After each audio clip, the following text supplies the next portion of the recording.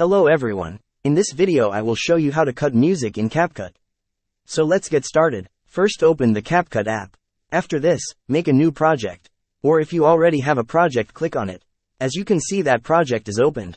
Now you can see a slide bar at the bottom. Find audio and then click on it. Then click on sounds. After this, add any type of the music you want to. Now, as you can see, that music is way longer than my video. And if you don't cut the music, the screen will get black after the video has ended. To fix this, get to the end of the video. Then click on split button at the bottom. As you can see, that music is splitted into two parts. Then, click on the second part and then click on delete at the bottom. As you can see, that music is perfectly aligned with the video. There is another way of doing it. Click on the music at the bottom. As you can see, the white border at the end of the music. Click and hold it and drag left or right to make the music long or short. You can also do it from the start of the video.